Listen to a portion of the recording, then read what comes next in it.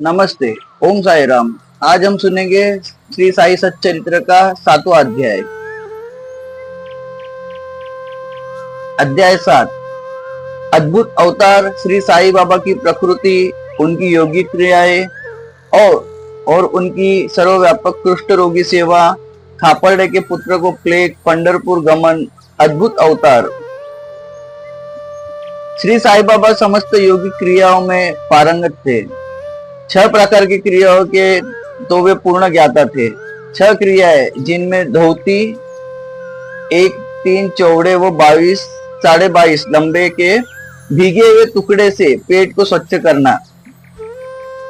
खंड योग अर्थात अपने शरीर के अवयव को पृथक पृथक कर उन्हें पुनः प्रवृत्त जोड़ना। और समाधि आदि सम्मिलित थे। यदि कहा जाए कि वे हिंदू थे तो आकृति से वे यवन से प्रतीत होते थे।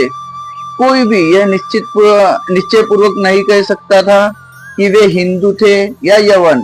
वे हिंदुओं का रामनवमी उत्सव यथाविधि मनाते थे और साथ ही मुसलमानों का चंदनोत्सव भी। वे उत्सव में कुश्ती का प्रोत्साहन तथा विजेताओं को पर्याप्त पुरस्कार देते थे। गोकुलाष्टमी को वे गोपाल काला उत्सव भी बड़ी धूमधाम से मनाते थे। ईद के दिन वे मुसलमानों को मस्जिद में नमाज पढ़ने के लिए आमंत्रित किया करते थे।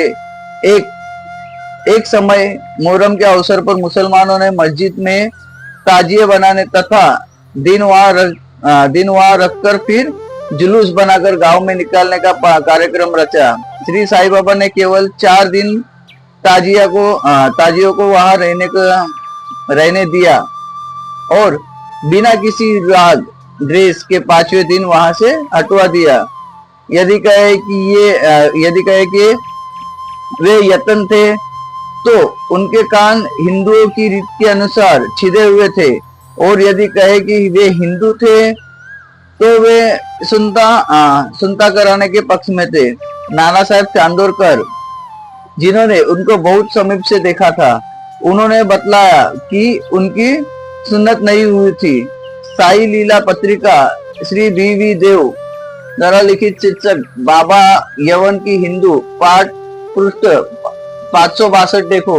यदि कोई उन्हें हिंदू घोषित करे तो वे सदा मस्जिद में निवास करते थे, और यदि यवन कहे तो वे सदा वह धुनी प्रज्वलित के रखते थे तथा अन्य कर्म जो इस्लाम धर्म के विरुद्ध है, जैसे चक्की पीसना, संघ तथा घंटानाद, होम आदि कर्म करना, अन्नदान और अदर द्वारा पूजन आदि सदैव वह चलते रहते थे।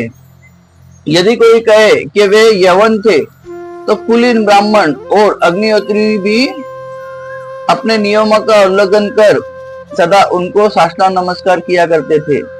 जो उनके स्वदेश का पता लगाने गए, उन्हें अपना प्रश्न ही विस्मृत हो गया और वे उनके दर्शन मात्र से मोहित हो गए।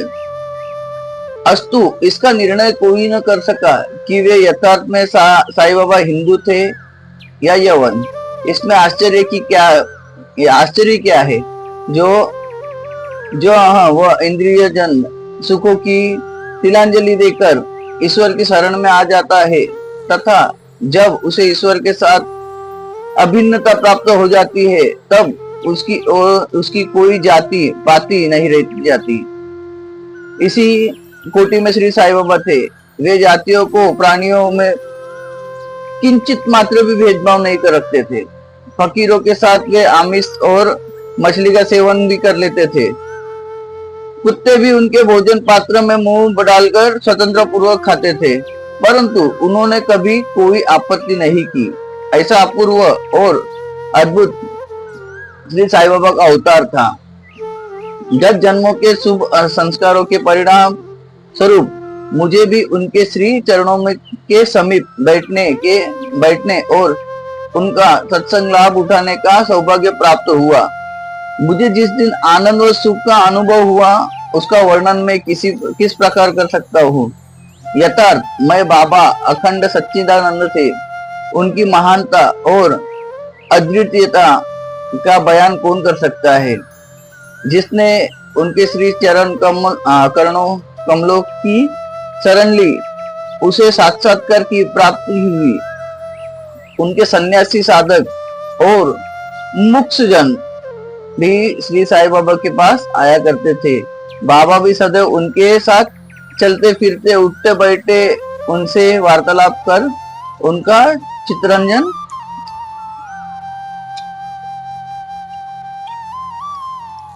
किया करते थे। अल्लाह मालिक सदैव उनके होठों पर था। वे कभी भी विवाद और मतभेद में नहीं पड़ते थे तथा सदा शांत और स्थिर रहते थे, परंतु कभी कभी वे क्रोधित हो जाया करते थे। वे सदैव ही वेदांत की शिक्षा दिया करते थे। कोई भी अंत तक न जान सका कि श्री साईं बाबा वास्तव में कौन थे। अमीर और गरीब दोनों उनके लिए एक समान थे। वे लोगों के गृह व्यापार को पूर्णतया जानते थे। माफ कीजिएगा, अमीर और गरीब दोनों उनके लिए एक समान थे।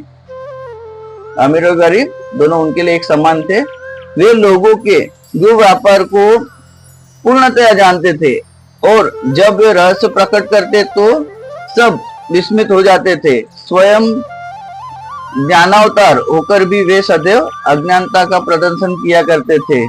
उन्हें आदर सत्कार से सदैव अरुचि थी। इसी प्रकार का श्री साईं बाबा का वैशिष्ट था। ये थे तो वे शरीरधारी, परंतु कर्मों से उनकी ईश्वरीयता स्पष्ट झलकती थी। शिरडी के सकल नर नारी उन्हें परम ब्रह्मा मानते थे। बाबा की प्रकृति। मैं जो मूर्ख जो हूँ, श्री साईं बाबा की अद्भुत लीलाओं का वर्णन नहीं कर सकता। शिरडी के प्राय समस्त मंदिरों का उन्होंने जीर्णोद्धार किया था। श्री तात्या पाटिल के द्वारा श्री शनि, श्री गणपति, श्री शंकर, श्री पार्वती, गर्भ देवता और हनुमान जी आदि के मंदिर ठीक करवाए। उनका दान भी विलक्षण था। दक्षिणा के रूप में जो धन एकत्रित होता था, उनमें से वे किसी को 20 रुपए, किसी को 15 रुपए या किसी को 50 रुपए इस प्रकार प्रतिदिन स्वच्छता पूर्वक वितरण कर देते थे। प्राप्तिकर्ता उसे शुद्ध दान समझता था। बाबा की भी सदैव यही इच्छा थी कि उनका उपयुक्त रीति से व्यय किया जाए।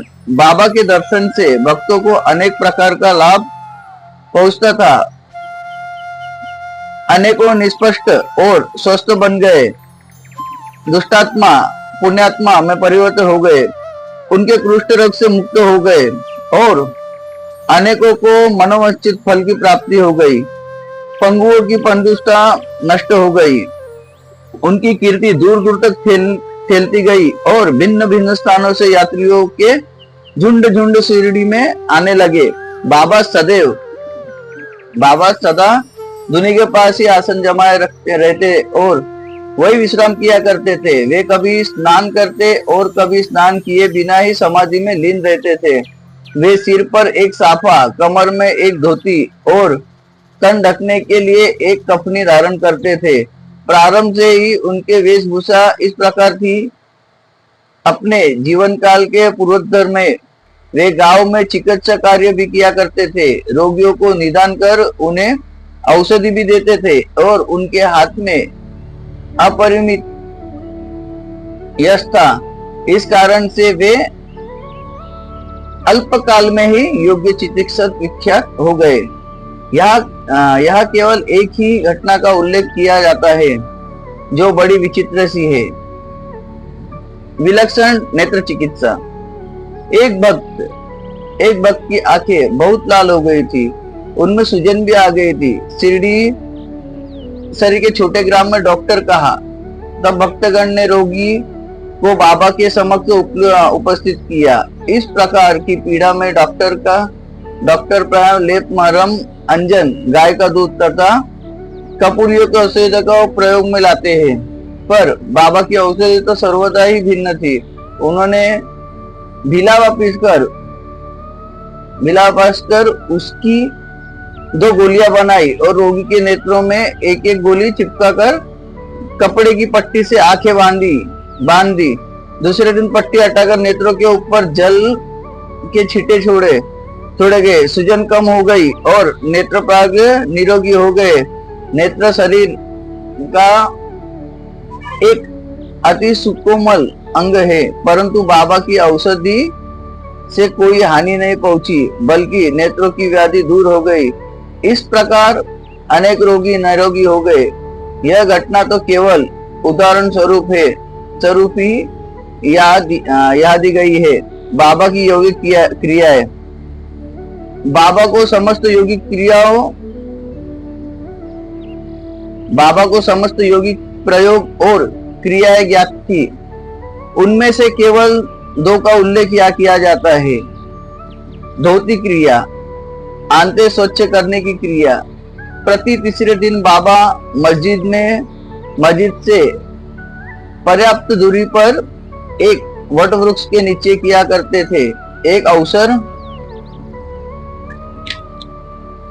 अवसर पर लोगों ने देखा कि उन्होंने अपनी आंतों को उधर से बाहर निकालकर उन्हें चारों ओर से स्वच्छ किया और समीप के वृक्ष पर सूखने के लिए रख दिया। शिरडी में इस घटना की पुष्टि करने वाले लोग अभी भी जीवित थे। उन्होंने इस सत्य की परीक्षा भी की थी। साधारण धोती क्रिया 1-3 चौड़े व 22.5 लंबे गीले कपड़े के टुकड़े की जाती है। इस कपड़े को मुंह के द्वारा उदर में उतार लिया जाता है तथा उसे लगभग आधा घंटे तक रखे रहते हैं ताकि उसका पूरा प्रभाव हो जाए। तत्पश्चात उसे बाहर निकाल लेते हैं। पर बाबा की तो यह धोती क्रिया सर्वदा विचित्र और असाधारण ही थी। खंड योग। एक समय बाबा ने अपने शरीर के अवयव पृथक कर मस्जिद के भिन्न स्थानों में बिखेर दिए। अकस्मात उसी दिन एक महाशय मस्जिद में पधारे और अंगों को इस प्रकार यहाँ वह बिखरा देखकर बहुत भयभीत हुए। पहले उनकी इच्छा हुई कि ग्राम अधिकारियों को सूचना देनी चाहिए कि किसी ने बाबा को खून कर उनके टुकड़े कर दिए हैं, परंतु सूचना देने वाला ही पहले पकड़ा जाता है। यह सोचकर वे मौन रहे। दूसरे दिन जब वे मस्जिद में गए तो बाबा को पूर्ववत अष्टपुष्ट और स्वस्थ देखकर उन्हें बड़ा विस्मय हुआ। उन्हें ऐसा लगा कि पिछले दिन जो दृश्य देखा था वह कहीं स्वप्न तो नहीं था। बाबा बाल्यकाल से ही योगी क्रिया किया करते थे और उन्हें जो अवस्था प्राप्त हो चुकी थी उसका सत्य ज्ञान ही किसी को भी नहीं था। चिकित्सा के नाम से उन्हें उसका सत्य ज्ञान कभी किसी को नहीं था। उसका सत्य ज्ञान किसी को भी नहीं था। चिकित्सा के नाम से उन्होंने कभी किसी से एक पैसा भी स्वीकार नहीं किया। अपने उत्तम लोकप्रिय गुणों के कारण उनकी कीर्ति दूर दूर तक फैल गई। उन्होंने अनेक निर्धनों रोगियों को स्वास्थ्य प्रदान किया।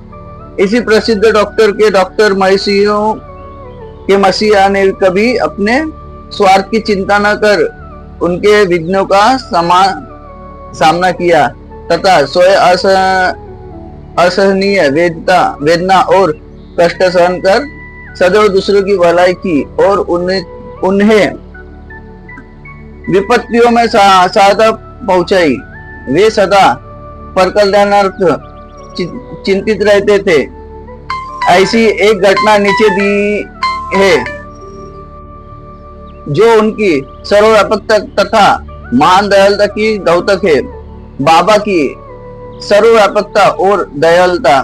सन 1910 में बाबा दीपावली के अवसर पर धुनी के समीप बैठे हुए अग्नि ताप रहे थे तथा साथ ही धुनी में लकड़ी डालते जा रहे थे। धुनी प्रचंडता से प्रज्वलित हुई थी। कुछ समय पश्चात उन्होंने लकड़ियां डालने के बदले अपना हाथ धोनी में डाल दिया। हाथ बुरी तरह से सुलझ गया। नौकर माधव और माधवराव देशपांडे ने बाबा को धोनी में हाथ डालते हुए देखकर तुरंत दौड़कर उन्हें बलपूर्वक पीछे खींच लिया। माधवराव ने बाबा से कहा, देवा आपने ऐसा क्यों किया? बाबा सावधान होकर कहने लगे, यहाँ से कुछ दूरी पर एक लुहारिन जब भट्टी धोक रही थी, उसी समय उसके पति ने उसे बुलाया। कमर पर बैठे हुए शिशु का ध्यान छोड़ वह शीघ्रता ही वहां दौड़कर गई। अभाग्यवश शिशु फिसलकर भट्टी में गिर पड़ा। मैंने तुरंत भट्टी में हाथ डालकर शिशु के प्राण बचा लिए। मुझे अपना हाथ जल जाने का कोई दुख नहीं है, परंतु मुझे संतोष है कि एक मासूम शिशु के प्राण बच गए। कुष्ठ रोगी की सेवा। माधवराव देशपांडे के द्वारा बाबा का हाथ जल जाने का समाचार पाकर श्री नाना साहेब चांदोरकर बंबई के प्रसिद्ध डॉक्टर श्री परमानंद के साथ दवाइयां, लेप, लिंक, मरहम तथा पट्टियां आदि साथ लेकर शीघ्रता शिरडी आए। उन्हें बाबा से डॉक्टर परमानंद को हाथ की जांच करने और गले जले हुए स्थान में दवा लगाने की अनुमति मांगी। यह प्रार्थना अस्वीकृत हो गई। हाथ जल जाने के पश्चात एक कुष्ठ रोग पीड़ित भक्त भागोजी शिंदे उनके हाथ पर सदैव पट्टी बांधते थे। उनका कार्य था प्रतिदिन जले हुए स्थान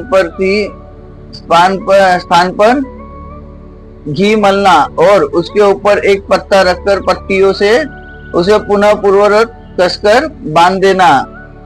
घाव शीघ्र भर जाए, इसके लिए नाना साहेब चांदोरकर ने पट्टी छोड़ने तथा डॉक्टर परमानंद से जांच और चिकित्सा कराने का बाबा से बार बार अनुरोध किया। डॉक्टर परमानंद ने भी अनेक बार प्रार्थना की, परंतु बाबा ने यह कहते हुए टाल दिया कि केवल अल्लाह ही मेरा डॉक्टर है। उन्होंने हाथ का परीक्षण करवाया, अस्वीकार कर दिया। डॉक्टर परमानंद की दवाइयां शिरडी में के वायुमंडल में न खुल सकी और न उनका उपयोग हो सका। फिर भी डॉक्टर साहब का परम भाग्य था जो उन्हें बाबा के दर्शन का लाभ हुआ। भागो जी को दवा लगाने की अनुमति मिल गई। कुछ दिनों के उपरांत जब घाव भर गया तब सब भक्त सुखी हो गए, परंतु प्रतिदिन प्रातःकाल घृत से हाथ की मालिश और पुन कसकर पट्टी बांधना। श्री साईं बाबा के समाधि पर्यंत यह क्रम इसी प्रकार चलता रहा। श्री साईं बाबा श्रद्धा से पूर्ण सिद्ध को यथार्थ में इस चिकित्सक की भी कोई आवश्यकता नहीं थी, परंतु भक्तों के प्रेमवश उन्होंने भागो जी की यह सेवा अर्थात उपासना निर्विघ्न स्वीकार की। जब बाबा लेंडीवा को जाते तो भागो जी छाता लेकर उनके साथ ही जाते थे। प्रतिदिन प्रातःकाल जब बाबा धोनी के पास आसन पर विराजते तब भागो जी वहां पहले ही उपस्थित रहकर अपना कार्य प्रारंभ कर देते थे। भागो जी ने पिछले जन्म में अनेक पाप कर्म किए थे, इसी कारण वे कुष्ठ रोग से पीड़ित थे। उनकी उंगलियां गल चुकी थी और शरीर पर पीप आदि से भरा हुआ था, जिसमें दुर्गंध भी आती थी। यद्यपि ब्रह्म दृष्टि से वे दुर्भागी व प्रतीत होते थे, परंतु बाबा का प्रधान सेवक होने के नाते यथार्थ में वे ही अधिक भाग्यशाली तथा सुखी थे। उन्हें बाबा के सानिध्य का पूर्ण लाभ प्राप्त हुआ।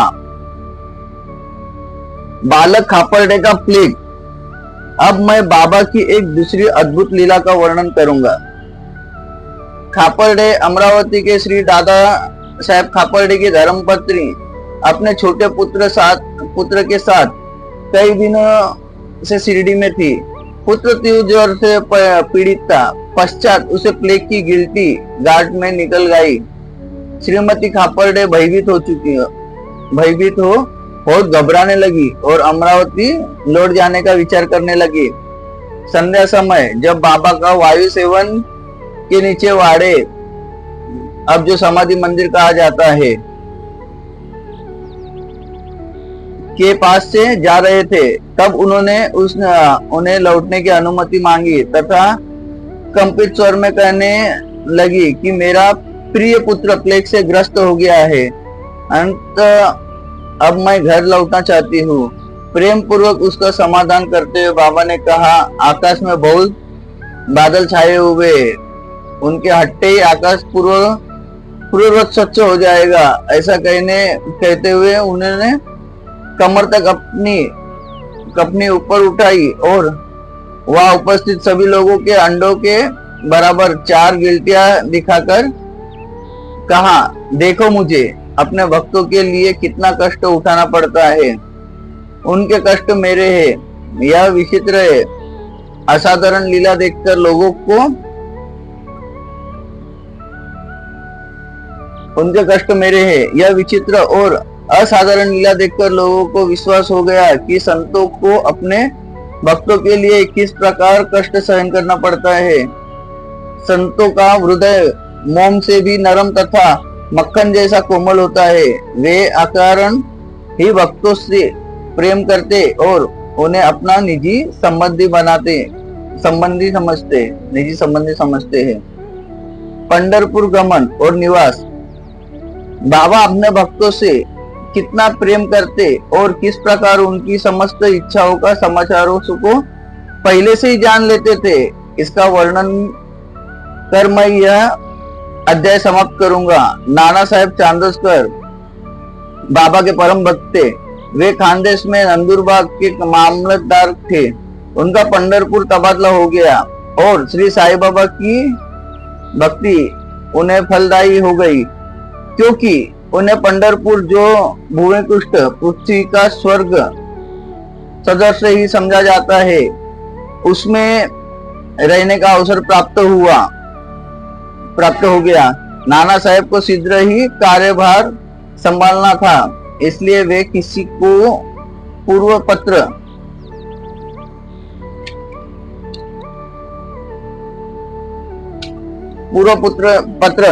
या सूचना दिए बिना ही शीघ्रता से शिरडी को रवाना हो गए। वे अपने पंढरपुर शिरडी में अचानक ही पहुंचकर अपने विठोबा बाबा को नमस्कार कर फिर आगे प्रस्थान करना चाहते थे। नाना साहेब के आगमन की किसी को भी सूचना नहीं थी, परंतु बाबा तो सर्वज्ञ थे। जैसे ही नाना साहेब नेमगांव पहुंचे, जो शिरडी से कुछ ही दूरी पर है, बाबा मालसापति, अप्पा शिंदे और काशीराम से वार्तालाप कर रहे थे। उसी समय मस्जिद में स्तब्धता छा गई और बाबा ने अचानक ही कहा, चलो चारों ओर मिलकर भजन करें। पंढरपुर के द्वारा खुले हुए यह भजन प्रेम पूर्वक गाए। पंडित मतलब रायाचे, घर ते माझ्या रायाचे, सब मिलकर गाने लगे। भावार्थ, मुझे पंढरपुर जाकर वहां रहना है, क्योंकि वह मेरे स्वामी ईश्वर का घर है। बाबा गाते जाते और भक्तगण उसे जुराते जाते। कुछ समय में नाना साहेब ने वह सकुटुंब पहुंचकर बाबा को प्रणाम किया। उन्होंने बाबा से पंढरपुर पधारने तथा वहां निवास करने की प्रार्थना की। पाठकों, अब इस प्रार्थना की आवश्यकता ही कहा थी। भक्तगण ने नाना साहेब को बतलाया कि बाबा पंढरपुर वास के भाव में पहले से ही थे। यह सुनकर नाना साहेब द्रवित हो श्री चरणों पर गिर पड़े और बाबा की आज्ञा तथा आशीर्वाद प्राप्त कर वे पंढरपुर के लिए रवाना हो गए। बाबा की कथाएं अनंत है। अन्य विषय जैसे मानव जन्म, महत्व, बाबा का भिक्षावृत्ति पर निर्वाह, बाईजा माई की सेवा तथा अन्य कथाओं को अगले अध्याय के लिए शेष रखकर अब मुझे यहाँ विश्राम करना चाहिए। श्री सद्गुरु साईनाथान पूर्णमस्तु। शुभ होतु। ओम साई राम।